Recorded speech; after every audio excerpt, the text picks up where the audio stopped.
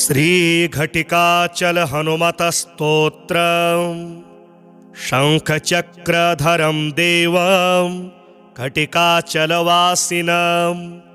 योगारूढं याञ्जनेयं वायुपुत्रं नमाम्यहं भक्ताभीष्टप्रदातारं चतुर्बाहुविराजितं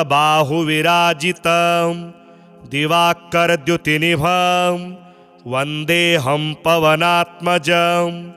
कौपीनमेखलासूत्रं स्वर्णकुण्डलमण्डितं लङ्घिताब्धिं रामदूतं नमामि सततं हरिं दैत्यानां नाशनार्थाय महाकायधरं विभुं गदाधरकरो यस्तं वन्देऽहं मारुतात्मजं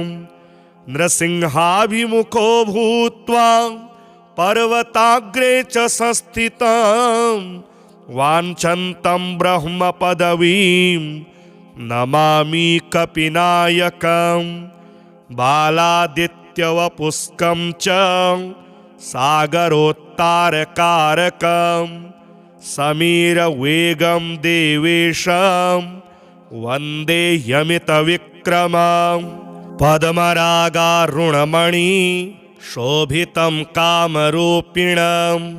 पारिजाततरुस्थं च वन्देऽहं वनचारिणं रामदूत नमस्तुभ्यं पादपद्मार्चनं सदा देहि मे वाञ्छितफलं पुत्रपौत्रप्रवर्धनम् इदं स्तोत्रं पठे नित्यं प्रातः काले द्विजोत्तमः तस्याभीष्टं ददात्याशु रामभक्तो महाबलः शंखचक्रधरं देवं घटिकाचलवासिनं योगारूढं याञ्जनेयं वायुपुत्रं नमाम्यहं भक्ताभीष्टप्रदातारं चतुर्बाहुविराजितं दिवाकरद्युतिनिभं वन्देऽहं पवनात्मजं कौपीनमेखलासूत्रं स्वर्णकुण्डलमण्डितं लङ्घिताब्धिं रामदूतं नमामि सततं हरिं दैत्यानां नाशनार्थाय महाकायधरं विभुं गदाधरकरो यस्तं वन्देऽहं मारुतात्मजं नृसिंहाभिमुखो भूत्वा पर्वताग्रे च संस्थितं वाञ्छन्तं ब्रह्मपदवीं नमामि कपिनायकं बालादित्यवपुष्कं च सागरोत्तारकारकं समीरवेगं देवेशं वन्देह्यमितविक्रमं पद्मरागारुणमणि शोभितं कामरूपिणं पारिजाततरुस्थं च वन्देऽहं वनचारिणं रामदूत नमस्तुभ्यं पादपद्मार्चनं सदा देहि मे वाञ्छितफलं पुत्रपौत्रप्रवर्धनम् इदं स्तोत्रं पठे नित्यं प्रातः काले द्विजोत्तमः तस्याभीष्टं ददात्याशु रामभक्तो महाबलः शंखचक्रधरं देवं घटिकाचलवासिनं योगारूढं याञ्जनेयं वायुपुत्रं नमाम्यहं भक्ताभीष्टप्रदातारं चतुर्बाहुविराजितं दिवाकरद्युतिनिभं वन्देऽहं पवनात्मजं कौपीनमेखलासूत्रं स्वर्णकुण्डलमण्डितं लङ्घिताब्धिं रामदूतं नमामि सततं हरिं दैत्यानां नाशनार्थाय महाकायधरं विभों गदाधरकरो यस्तं वन्देऽहं मारुतात्मजं नृसिंहाभिमुखो भूत्वा पर्वताग्रे च संस्थितं वाञ्छन्तं ब्रह्मपदवीं नमामि कपिनायकं बालादित्यवपुष्कं च सागरोत्तारकारकं समीरवेगं देवेशं वन्देह्यमितविक्रमं पद्मरागारुणमणि शोभितं कामरूपिणं पारिजाततरुस्थं च वन्देऽहं वनचारिणं रामदूत नमस्तुभ्यं पादपद्मार्चनं सदा देहि मे वाञ्छितफलं पुत्रपौत्रप्रवर्धनम् इदं स्तोत्रं पठे नित्यं प्रातःकाले द्विजोत्तमः तस्याभीष्टं ददात्याशु रामभक्तो महाबलः शङ्खचक्रधरं देवं घटिकाचलवासिनं योगारूढं याञ्जनेयं वायुपुत्रं नमाम्यहं भक्ताभीष्टप्रदातारं चतुर्बाहुविराजितं दिवाकरद्युतिनिभं वन्देऽहं पवनात्मजं कौपीनमेखलासूत्रं स्वर्णकुण्डलमण्डितं लङ्घिताब्धिं रामदूतं नमामि सततं हरिं दैत्यानां नाशनार्थाय महाकायधरं विभों गदाधरकरो यस्तं वन्देऽहं मारुतात्मजं नृसिंहाभिमुखो भूत्वा पर्वताग्रे च संस्थितं वाञ्छन्तं ब्रह्मपदवीं नमामि कपिनायकं बालादित्यवपुष्कं च सागरोत्तारकारकं समीरवेगं देवेशं वन्देह्यमितविक्रमं पद्मरागारुणमणि शोभितं कामरूपिणं पारिजाततरुस्थं च वन्देऽहं वनचारिणं रामदूत नमस्तुभ्यं पादपद्मार्चनं सदा देहि मे वाञ्छितफलं पुत्रपौत्रप्रवर्धनम् इदं स्तोत्रं पठे नित्यं प्रातःकाले द्विजोत्तमः तस्याभीष्टं ददात्याशु रामभक्तो महाबलः शङ्खचक्रधरं देवं घटिकाचलवासिनं योगारूढं याञ्जनेयं वायुपुत्रं नमाम्यहं भक्ताभीष्टप्रदातारं चतुर्बाहुविराजितं दिवाकरद्युतिनिभं वन्देऽहं पवनात्मजं कौपीनमेखलासूत्रं स्वर्णकुण्डलमण्डितं लङ्घिताब्धिं रामदूतं नमामि सततं हरिं दैत्यानां नाशनार्थाय महाकायधरं विभों गदाधरकरो यस्तं वन्देऽहं मारुतात्मजं नृसिंहाभिमुखो भूत्वा पर्वताग्रे च संस्थितं वाञ्छन्तं ब्रह्मपदवीं नमामि कपिनायकं बालादित्यवपुष्कं च सागरोत्तारकारकं समीरवेगं देवेशं वन्देह्यमितविक्रमं पद्मरागारुणमणि शोभितं कामरूपिणं पारिजाततरुस्थं च वन्देऽहं वनचारिणं रामदूत नमस्तुभ्यं पादपद्मार्चनं सदा देहि मे वाञ्छितफलं पुत्रपौत्रप्रवर्धनम् इदं स्तोत्रं पठे नित्यं प्रातःकाले द्विजोत्तमः तस्याभीष्टं ददात्याशु रामभक्तो महाबलः। शङ्खचक्रधरं देवं घटिकाचलवासिनं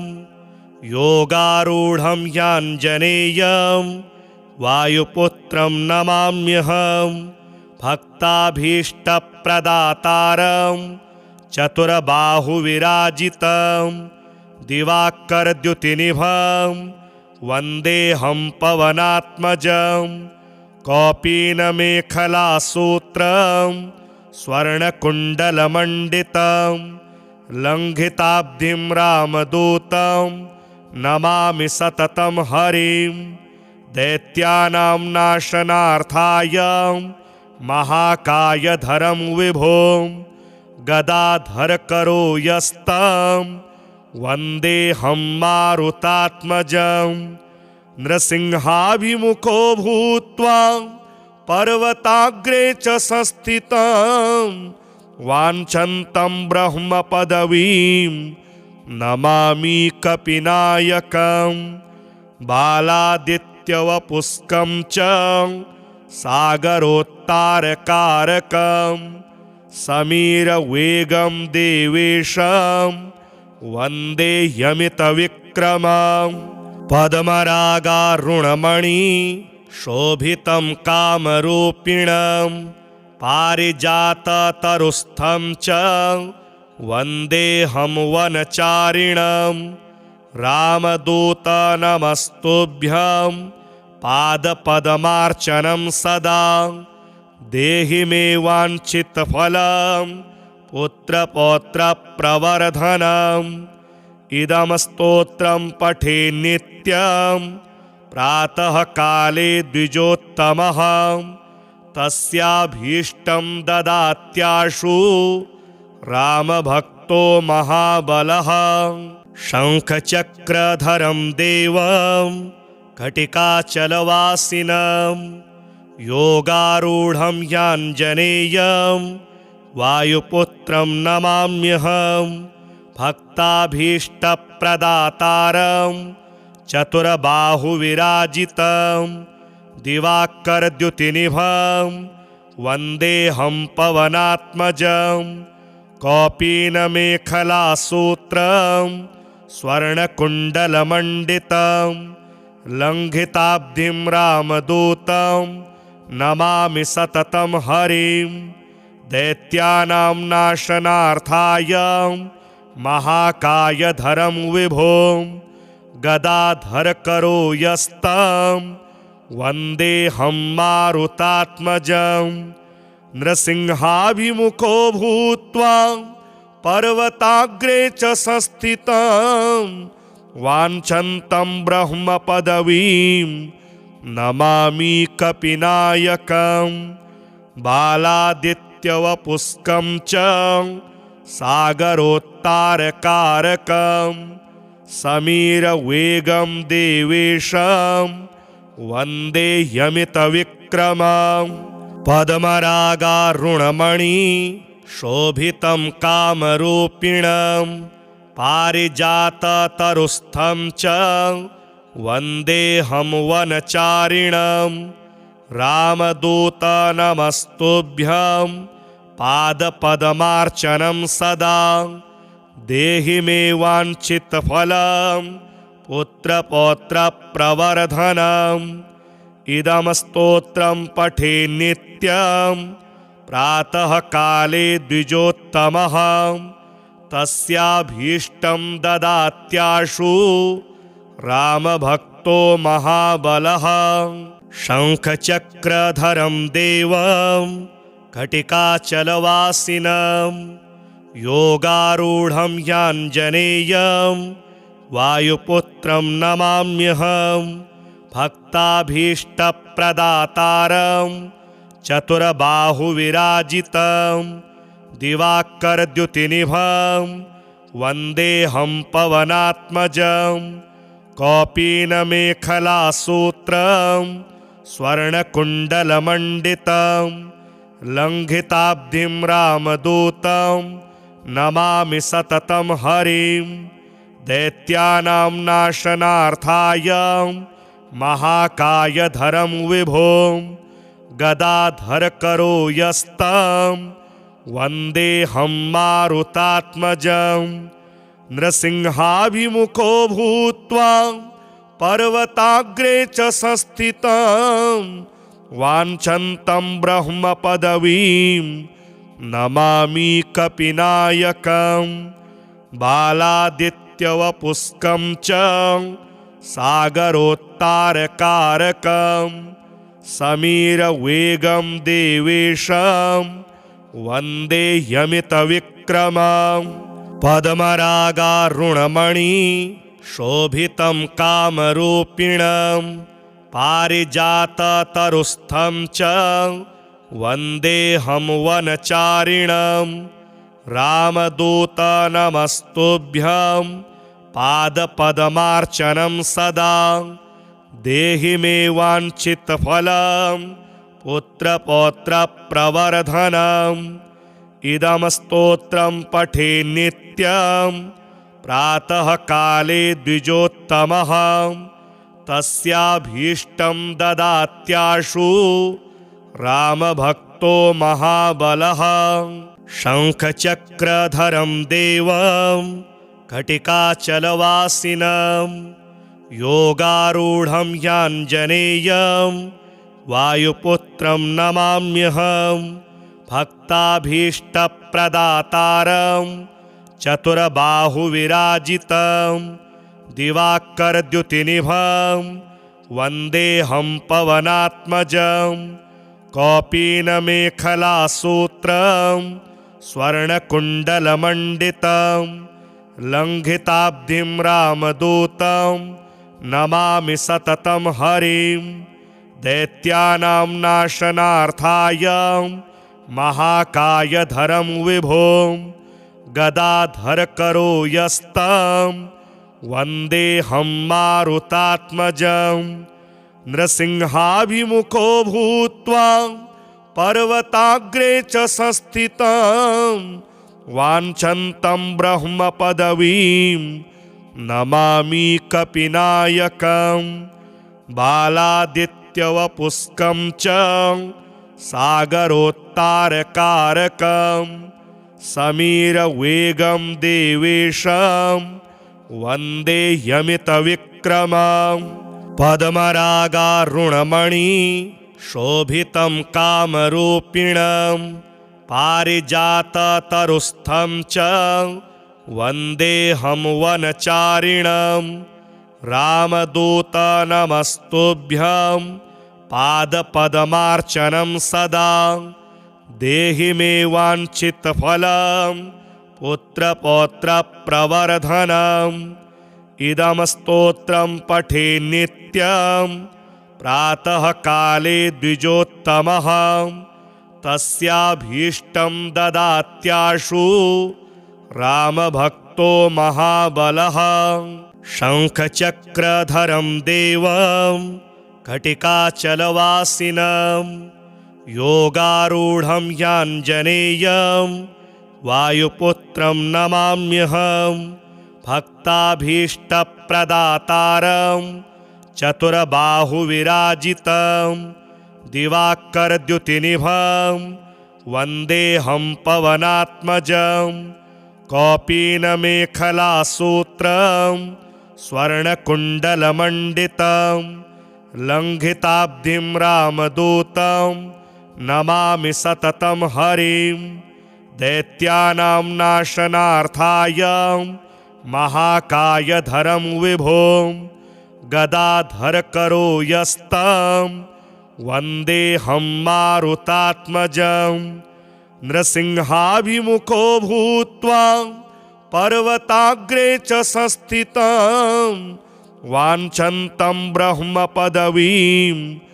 नमामि कपिनायकं बालादित्यवपुष्कं च सागरोत्तारकारकं समीरवेगं देवेशं वन्देह्यमितविक्रमं पद्मरागारुणमणि शोभितं कामरूपिणं पारिजाततरुस्थं च वन्देऽहं वनचारिणं रामदूत नमस्तुभ्यं पादपद्मार्चनं सदा देहि मे वाञ्छितफलं पुत्रपौत्रप्रवर्धनम् इदं स्तोत्रं पठे नित्यं प्रातःकाले द्विजोत्तमः तस्याभीष्टं ददात्याशु रामभक्तो महाबलः शङ्खचक्रधरं देवं घटिकाचलवासिनं योगारूढं ह्याञ्जनेयं वायुपुत्रं नमाम्यहं भक्ताभीष्टप्रदातारं चतुर्बाहुविराजितं दिवाकरद्युतिनिभं वन्देऽहं पवनात्मजं कौपीनमेखलासूत्रं स्वर्णकुण्डलमण्डितं लङ्घिताब्धिं रामदूतं नमामि सततं हरिं दैत्यानां नाशनार्थाय महाकायधरं विभुं गदाधरकरो यस्तं वन्देऽहं मारुतात्मजं नृसिंहाभिमुखो भूत्वा पर्वताग्रे च संस्थितं वाञ्छन्तं ब्रह्मपदवीं नमामि कपिनायकं बालादित्यवपुष्कं च सागरोत्तारकारकं समीरवेगं देवेशं वन्देह्यमितविक्रमं पद्मरागारुणमणि शोभितं कामरूपिणं पारिजाततरुस्थं च वन्देऽहं वनचारिणं रामदूत नमस्तुभ्यं पादपद्मार्चनं सदा देहि मे वाञ्छितफलं पुत्रपौत्रप्रवर्धनम् इदं स्तोत्रं पठे नित्यं प्रातःकाले द्विजोत्तमः तस्याभीष्टं ददात्याशु रामभक्तो महाबलः शङ्खचक्रधरं देवं घटिकाचलवासिनं योगारूढं ह्याञ्जनेयं वायुपुत्रं नमाम्यहं भक्ताभीष्टप्रदातारं चतुर्बाहुविराजितं दिवाकरद्युतिनिभं वन्देऽहं पवनात्मजं कौपीनमेखलासूत्रं स्वर्णकुण्डलमण्डितं लङ्घिताब्धिं रामदूतं नमामि सततं हरिं दैत्यानां नाशनार्थाय महाकायधरं विभुं गदाधरकरो यस्तं वन्देऽहं मारुतात्मजं नृसिंहाभिमुखो भूत्वा पर्वताग्रे च संस्थितं वाञ्छन्तं ब्रह्मपदवीं नमामि कपिनायकं बालादित्यवपुष्कं च सागरोत्तारकारकं समीरवेगं देवेशं वन्देह्यमितविक्रमं पद्मरागारुणमणि शोभितं कामरूपिणं पारिजाततरुस्थं च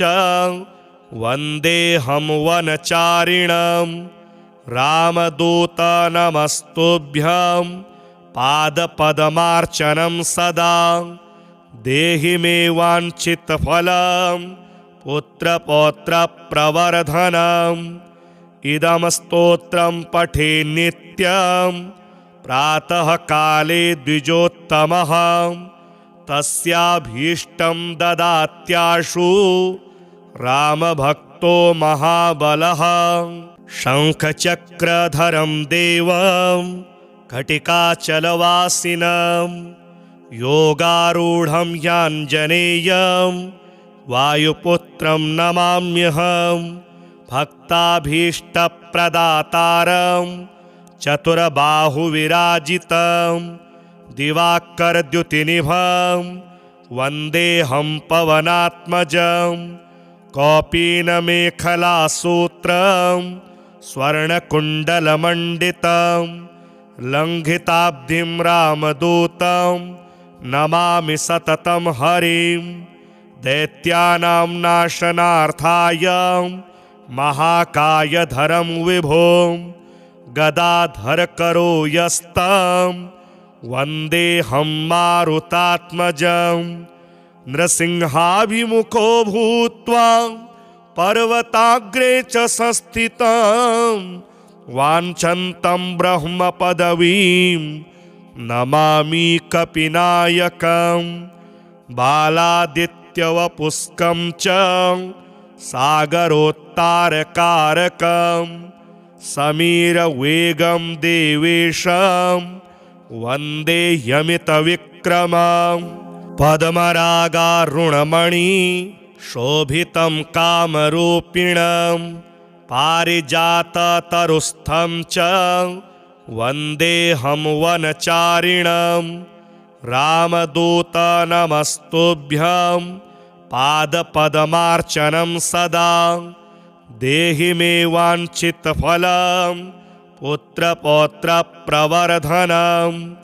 इदं स्तोत्रं पठे नित्यं प्रातः काले द्विजोत्तमः तस्याभीष्टं ददात्याशु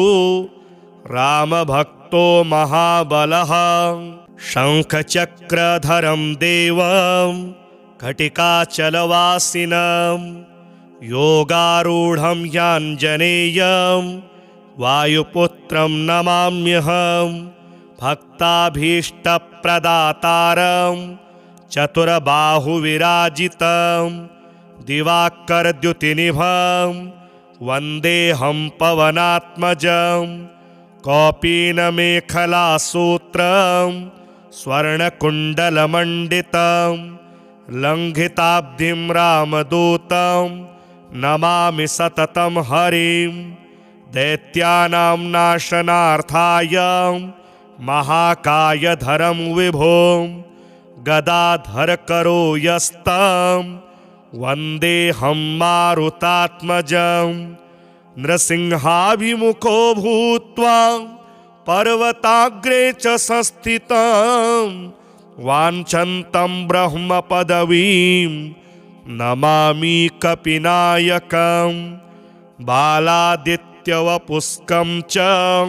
सागरोत्तारकारकं समीरवेगं देवेशं वन्दे यमितविक्रमं।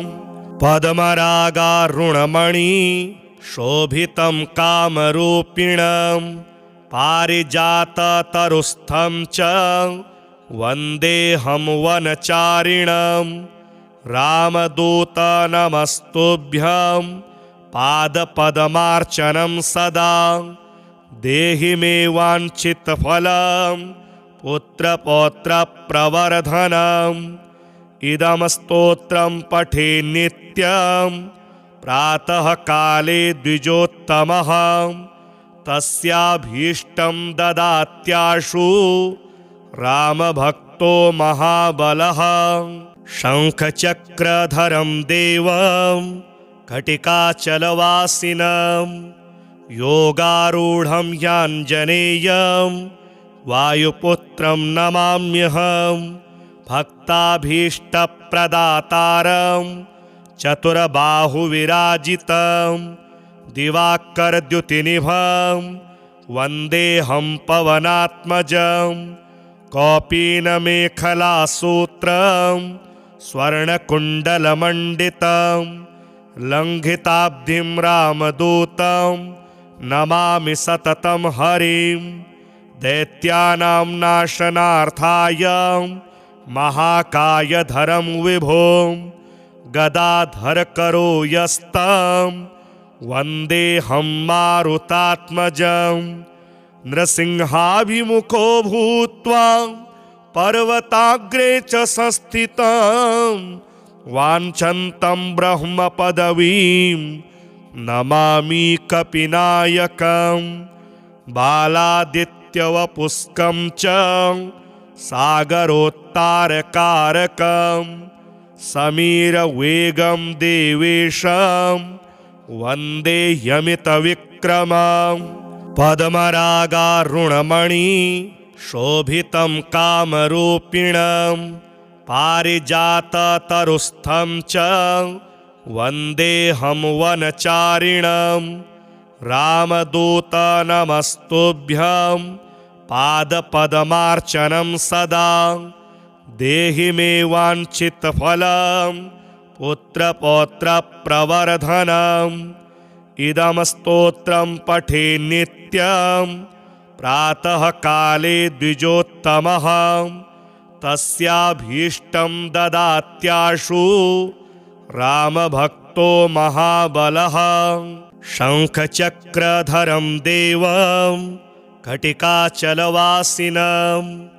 योगारूढं ह्याञ्जनेयं वायुपुत्रं नमाम्यहं भक्ताभीष्टप्रदातारं चतुर्बाहुविराजितं दिवाकरद्युतिनिभं वन्देऽहं पवनात्मजं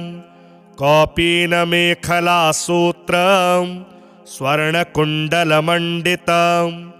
लङ्घिताब्धिं रामदूतं नमामि सततं हरिं दैत्यानां नाशनार्थाय महाकायधरं विभुं गदाधरकरो यस्तं वन्देऽहं मारुतात्मजं नृसिंहाभिमुखो भूत्वा पर्वताग्रे च संस्थितं वाञ्छन्तं ब्रह्मपदवीं नमामि कपिनायकं बालादित्यवपुष्कं च सागरोत्तारकारकं समीरवेगं देवेशं वन्देह्यमितविक्रमं पद्मरागारुणमणि शोभितं कामरूपिणं पारिजाततरुस्थं च वन्देऽहं वनचारिणं रामदूत नमस्तुभ्यं पादपद्मार्चनं सदा देहि मे वाञ्छितफलं पुत्रपौत्रप्रवर्धनम् इदं स्तोत्रं पठे नित्यं प्रातःकाले द्विजोत्तमः तस्याभीष्टं ददात्याशु रामभक्तो महाबलः शङ्खचक्रधरं देवं घटिकाचलवासिनं योगारूढं ह्याञ्जनेयं वायुपुत्रं नमाम्यहं भक्ताभीष्टप्रदातारं चतुर्बाहुविराजितं दिवाकरद्युतिनिभं वन्देऽहं पवनात्मजं कौपीनमेखलासूत्रं स्वर्णकुण्डलमण्डितं लङ्घिताब्धिं रामदूतं नमामि सततं हरिं दैत्यानां नाशनार्थाय महाकायधरं विभुं गदाधरकरो यस्तं वन्देऽहं मारुतात्मजं नृसिंहाभिमुखो भूत्वा पर्वताग्रे च संस्थितं वाञ्छन्तं ब्रह्मपदवीं नमामि कपिनायकं बालादित्यवपुष्कं च सागरोत्तारकारकं समीरवेगं देवेशं वन्देह्यमितविक्रमं पद्मरागारुणमणि शोभितं कामरूपिणं पारिजाततरुस्थं च वन्देऽहं वनचारिणं रामदूतनमस्तुभ्यं पादपद्मार्चनं सदा देहि मे वाञ्छितफलं पुत्रपौत्रप्रवर्धनम् इदं स्तोत्रं पठे नित्यं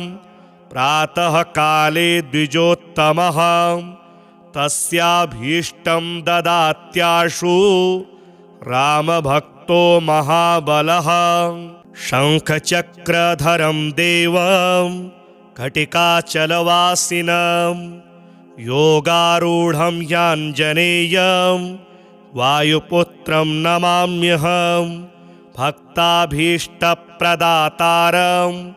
चतुर्बाहुविराजितं दिवाकरद्युतिनिभं वन्देऽहं पवनात्मजं कौपीनमेखलासूत्रं स्वर्णकुण्डलमण्डितं लङ्घिताब्धिं रामदूतं नमामि सततं हरिं दैत्यानां नाशनार्थाय महाकायधरं विभुं